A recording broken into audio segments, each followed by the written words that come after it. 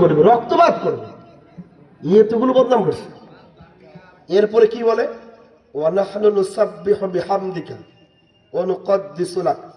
আল্লাহ একটু দেখেন না আমাদের দিকে, একটু দেখেন না আমাদের দিকে। আমরা তো তসবিহ পড়ি, আমরা জিকির করি তো, আমরা আমল করি তো। আপনি জানেন না আমরা তো ওই সৃষ্টি, লা ইয়াসুনাল্লাহ মা আমারাহুম ওয়া ইয়াফআলুনা মা ইউমারুন।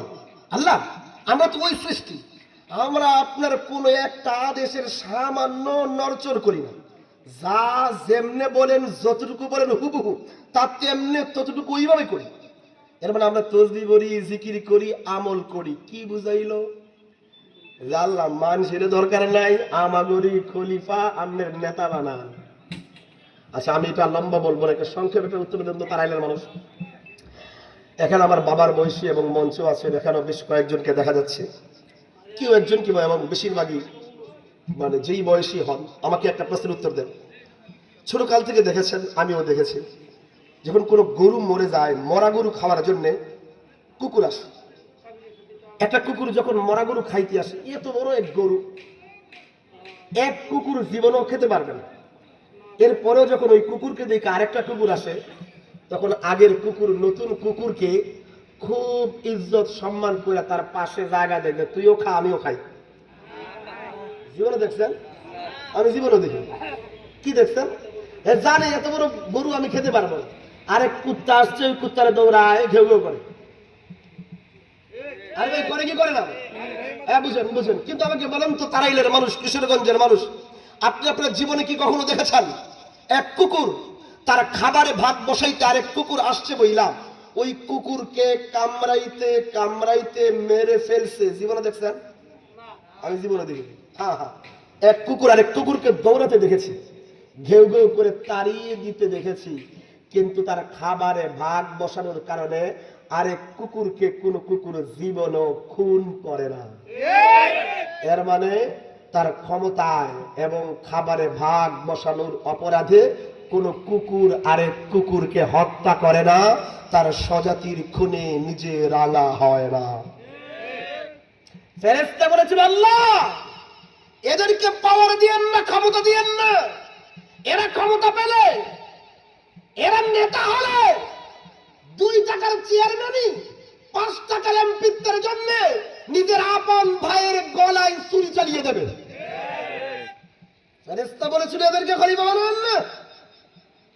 এরা এমন রক্তের হুলি খেলায় মেতে উঠবে, এমন রক্তের নেশায় মেতে উঠবে, আরে তার মন্ত্রিত্ব টিকায় রাখার জন্য একসাথে রাজনীতি করা ভাইকে মিথ্যা মামলায় বছরের পর বছর জেলখানায় বন্দী করে রাখবে। মানে কি বুঝলেন? কুত্তা এত নিচে নামে না যে তার নিজের স্বজাতিকে হত্যা করে। কিন্তু আমি আপনি দুপে জন্তু মানুষ, নিজের মন্ত্রিত্ব, এমপিত্ব, চেয়ারম্যানের জন্য নিজের বাড়ির পাশের মানুষটাকেও বছরের পর বছর মিথ্যা মামলা দিয়ে জেলখানায় বন্দী করে রাখে।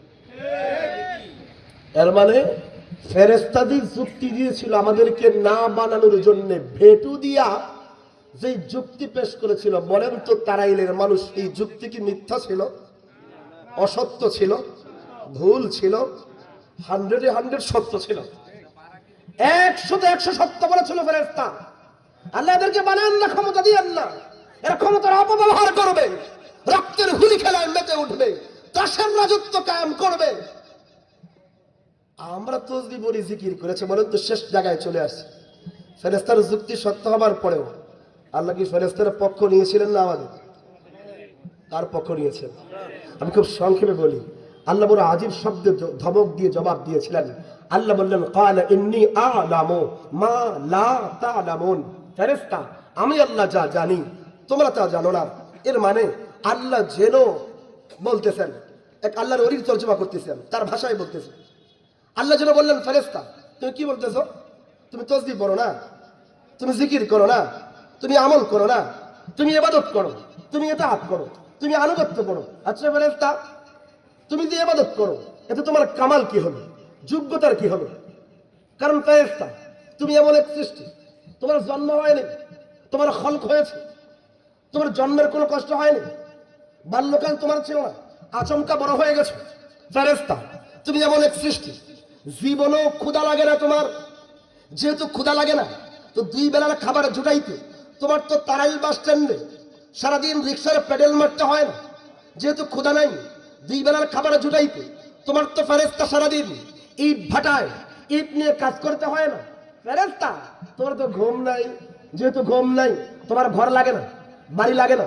একটা বাড়ি নির্মাণ করার জন্য নিজের বাড়ি ছাইরা, ঘর ছাইরা, ওই সুদূরের প্রবাসী গিয়া ঘাম ঝরা মেহনত করে করে পয়সা জমায়া, ফেরেশতা তোমার কিন্তু ঘরও বানাইতে হয় না।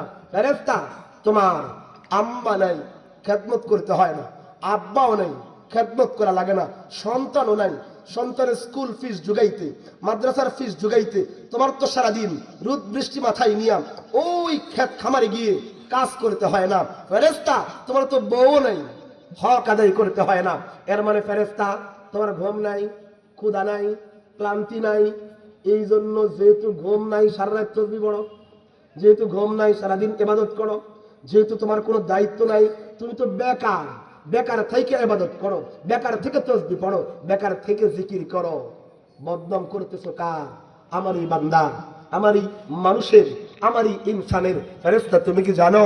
ইন্নী আলামু, আমি জানি তো আমারই বান্দার তার জন্ম হবে, আম্মার পেট থেকে দুনিয়াতে আসবে, আসার পরে না তার হাত থাকবে, ধরতে পারবে না, পা থাকবে, হাঁটতে পারবে না, জবান থাকবে, কথা বলতে পারবে না, কান থাকবে, আওয়াজ শুই না কিচ্ছু বুঝবে না, চোখ থাকবে, ভালো মন্দ বুঝবে না।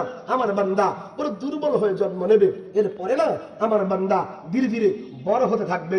যত বড় হবে, যত শক্তি আসবে, তার হাতে শক্তি আসবে, পায়ে শক্তি আসবে, জবানে শক্তি আসবে, চোখে শক্তি আসবে, কানে শক্তি আসবে। আমার বান্দা দুর্বল থেকে যত সবল হতে থাকবে, তত বেশি তার উপরে দায়িত্বের বোঝা চাপতে শুরু করবে।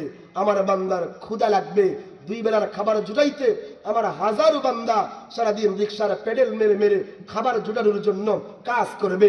আমার বান্দা 2 বেলা খাবার জুটাইতে সারাদিন রিক্সার পেডেল মেরে মেরে, ভ্যানের পেডেল মেরে মেরে খাবার জুটাবে। আমার বান্দার আম্মা থাকবে, খেদমত করতে হবে, আব্বা থাকবে, খেদমত করতে হবে, সন্তান থাকবে, তার হক আদায় করতে হবে, স্ত্রী থাকবে, তার হক আদায় করতে হবে। শুধু তাই না, আমার বান্দা ক্লান্ত হয়ে যাবে, তার ঘুম আসবে। যেহেতু ঘুম আসবে, তার বাড়ি লাগবে, ঘর লাগবে। একটা বাড়ি নির্মাণের জন্য আমার কত বান্দা নিজের বাড়ি ছাড়বে, ঘর ছাড়বে, এলাকা ছাড়বে, রাষ্ট্র ছেড়ে দিয়ে ওই সুদূরের মরুভূমির দেশে থাইকা তীব্র গরমের মধ্যে, মরুভূমির মধ্যে কাজ করে করে পয়সা জমায়া আমার বান্দার বাড়ি নির্মাণ করতে হবে। এর মানে আমার বান্দার এত দায়িত্বের পরেও না মাঝে মাঝে ঠান্ডা লেগে যাবে, অসুস্থ হয়ে যাবে, হাসপাতালে ভর্তি হতে হবে। তার মাঝে মাঝে দুনিয়াবি বিপদ, আসমানি বিপদে আমার বান্দা বিপদগ্রস্ত হয়ে থাকবে। এত বিপদ, এত মুসিবত, এত দায়িত্বের পরেও না এমনি আলামু, আমি আল্লাহ জানি তো মা লা তা'লামুন, ফেরেশতা তুমি জানো না আমার অসংখ্য অগণিত বান্দা এত দায়িত্বের পরেও, এত মেহনতের পরেও, এত বিপদের পরেও যখন মসজিদের মিনার থেকে হাইয়া আলাস সালাহ, হাইয়া আলাল ফালাহ এর ধ্বনি ভেসে আসবে, নিজের রিকশা থামিয়ে দোকান বন্ধ করে ক্ষেতের আইল থেকে উঠা আমার অসংখ্য বান্দা মসজিদে আইসাই কপাল আমি আল্লাহর কুদরতি পায়ে নামিয়ে দেবে। আমি জানি তো মালা তাআলামুন, তুমি জানো না ফেরেশতা, তুমি যে বললে আমার বান্দা মারামারি হানাহানি রক্তপাত করবে, তুমি কি মনে করছো সবাই করবে? না না, আমি জানি সব বান্দা এমন অমানুষ হবে না। শেষ জায়গায় চলে আসছে, বুঝেন? আল্লাহ যেন ধমক দিয়ে বললেন, ফেরেশতা কি বলছো? আমার বান্দা শুধু মারামারি হানাহানি রক্তপাত করবে ক্ষমতা পাইলে।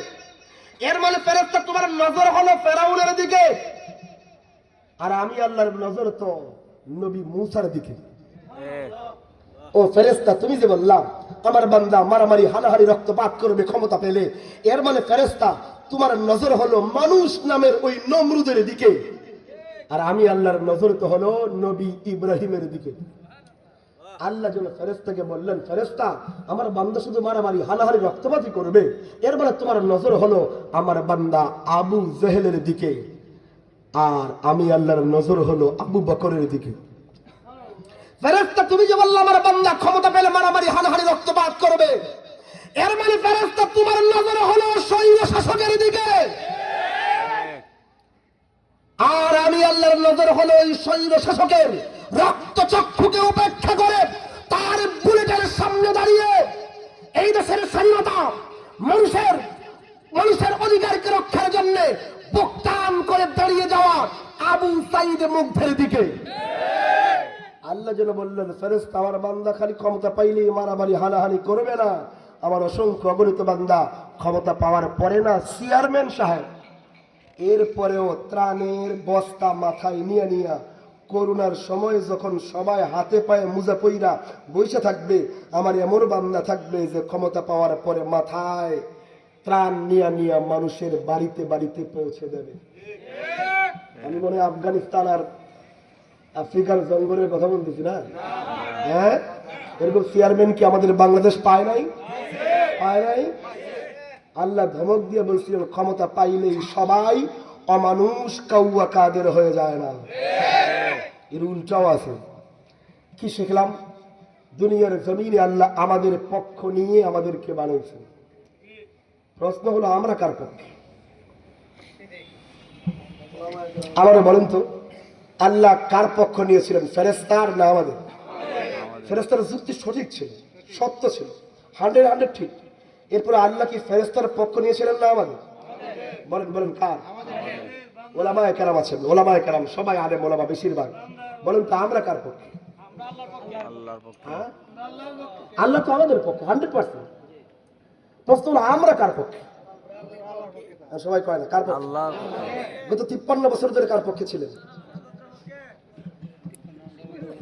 নিজের বিবেককে জিজ্ঞেস করে। আচ্ছা, কে কে এই নবীর উম্মত, যেই নবী শুধু 5 ওয়াক্ত নামাজের ইমাম ছিলেন, রাষ্ট্রের ইমাম ছিলেন না, এই নবীর কে কে উম্মত? হাত তোলেন তো। আমি ওই নবীর উম্মত না। আপনি কেউ আছেন যেই নবী শুধু 5 ওয়াক্ত নামাজ পড়াইছেন, যারা যারা ইমামতি করছেন, ওই ইমাম সাহেবের উম্মত? ওই নবীর জীবনও রাষ্ট্রের ইমাম ছিলেন না, এমন নবীর কেউ উম্মত বলেন তো দেখি। আমি জীবন হল। আপনি কেউ আছেন?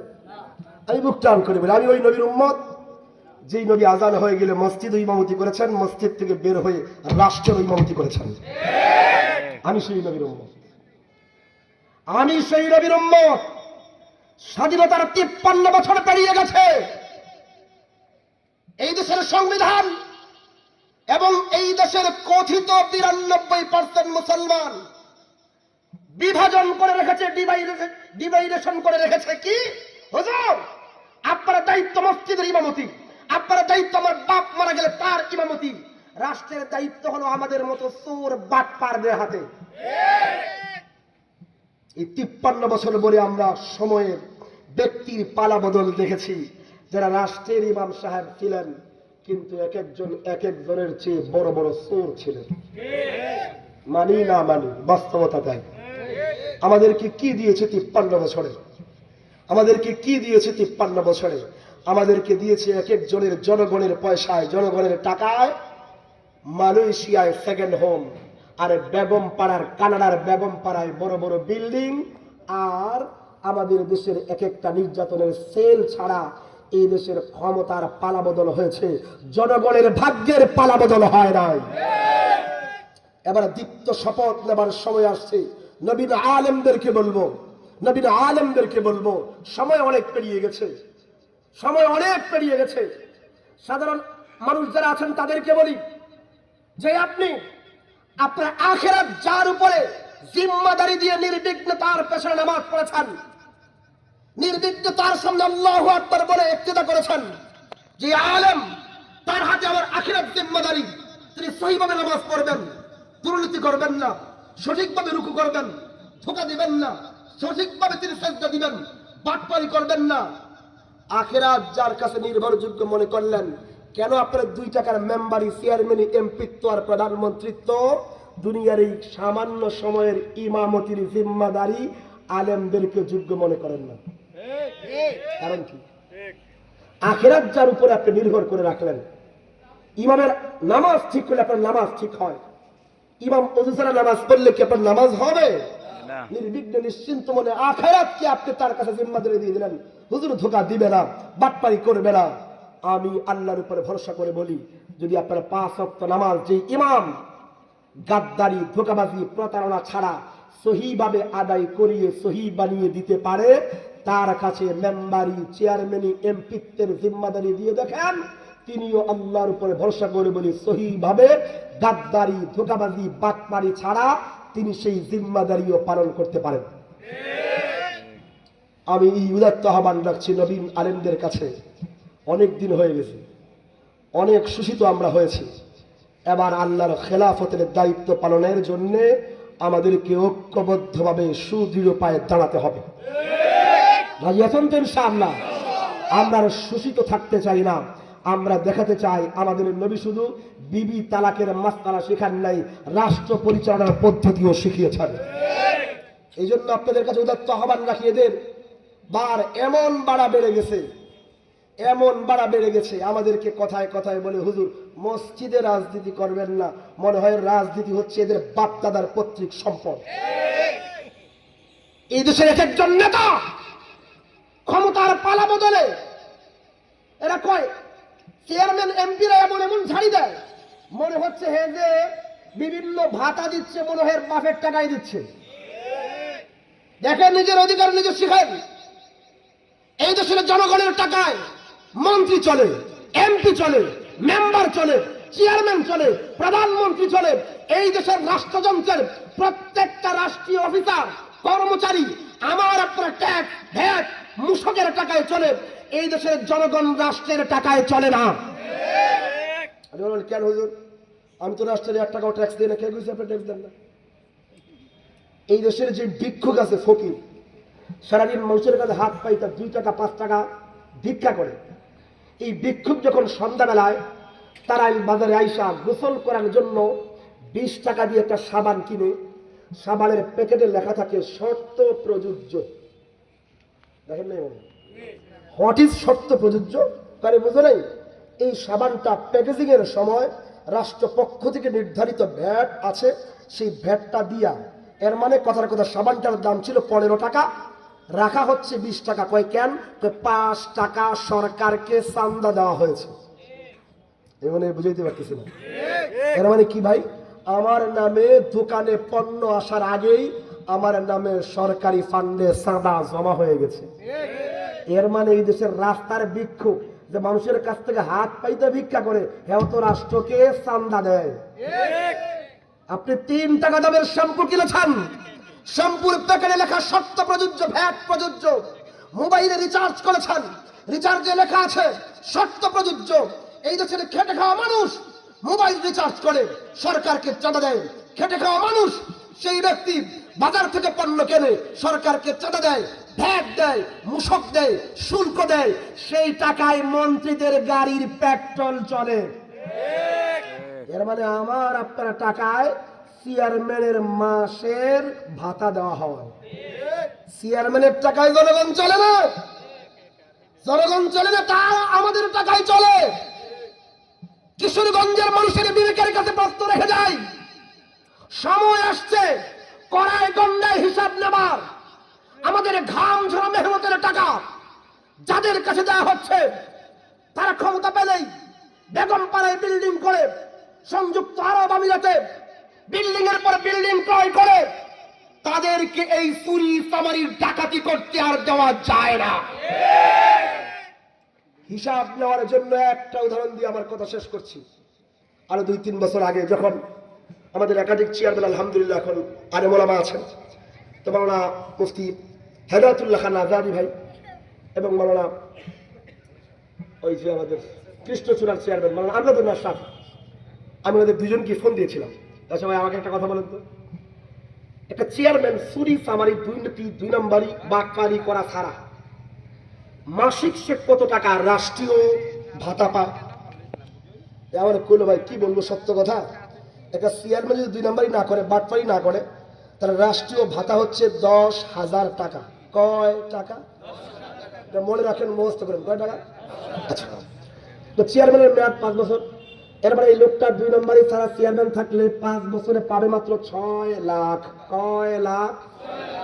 বলেন আমাকে, তারাইলের মানুষ নিজের বিবেককে জিজ্ঞেস করে, যেই লোকটা 5 বছরে 6 লাখ টাকা পাইব, এই লোকটা কেন শুধু নমিনেশনের জন্য 1 কোটি টাকা নিজের দলকে চাঁদা দেয়? কেন? কি কারণ? আমি চেয়ারম্যানের নাম বলতে, এরকম চেয়ারম্যান যে 1 কোটি টাকা দিয়ে গত টার্মের চেয়ারম্যান নির্বাচনীতে নৌকা প্রতীক নিয়েছে 1 কোটি টাকা চাঁদা দিয়ে, আমি নামও বলতে পারি। কারণটা কি বলেন? পাইব 6 লাখ। 1 কোটি টাকা চান্দা কেন নিয়েছে? আমাদের মাথায় কি গেল না? আমরা কি ফিডার খাই, বুঝি না কিছু? আমি আজাদি ভাইকে জিজ্ঞেস করলাম, আচ্ছা আমজাদ ভাইকে জিজ্ঞেস করলাম, আচ্ছা ভাই 5 বছরের কাছে চেয়ারম্যানের কাছে কত টাকা বরাদ্দ আসে? ভাই কম বেশি মিলা তো 5 কোটি টাকা। তবে যদি কখনো দুর্যোগ হয়, বন্যা আসছে, ঝড় আসছে, তাহলে জনগণ কান্দে আর চেয়ারম্যান মেম্বাররা বগল বাজায়। কেন জানেন? দুর্যোগ আসলে দেখেন না, এক একটা মেম্বার চেয়ারম্যানের খাটের তলায় তেলের খনি। কথা কি বুঝতেছেন? এর মানে দেশের দুর্যোগ আসলে, বন্যা হলে দেশের জনগণের মানুষ তো কান্দে আর নেতারা বগল বাজায়। তো কমপক্ষে 5 কোটি টাকা যদি একটা চেয়ারম্যান পায়, খবর নেন তো এই চেয়ারম্যান সাহেবের 5 বছরে এত পোয়া 12 কেমনে হয়? মাত্র 6 লাখ টাকা পায়। আমি কি বুঝাইতে পারছি? এই হিসাব নেবার সময় এসেছে এখন। দীপ্ত শপথ নেবার সময় আসছে। স্বাধীনতার 53 বছর পরে আমাদের দায়িত্বহীন ঘোষণা দেবার সময় আসছে। আমাদের আবু সাইদ মুগ্ধারা এই 2500-এর উপরে যুবক ছাত্র জনতা খুনের উপরে দাঁড়িয়ে আছে। এই নতুন স্বাধীনতা, তারা এই নতুন স্বাধীনতার জন্য রক্ত দিয়েছে, জান দিয়েছে, বিকলাঙ্গ হয়েছে, হাত কাটা হয়েছে, তারা এক একজন পা তাদেরকে কেটে ফেলা হয়েছে। এই রক্তাক্ত বাংলাদেশ এই জন্য তারা আনে নাই, এই জন্য শাহাদত বরণ করে নাই যে এক ডাকাত পরে আরেক ডাকাত আগমন করবে, এই জন্য তারা শাহাদত বরণ করে নাই। শাহাদত বরণ করেছিল এক বৈষম্য মুক্ত বাংলাদেশের জন্য, যেখানে অন্যায় অবিচার থাকবে না, জুলুম থাকবে না।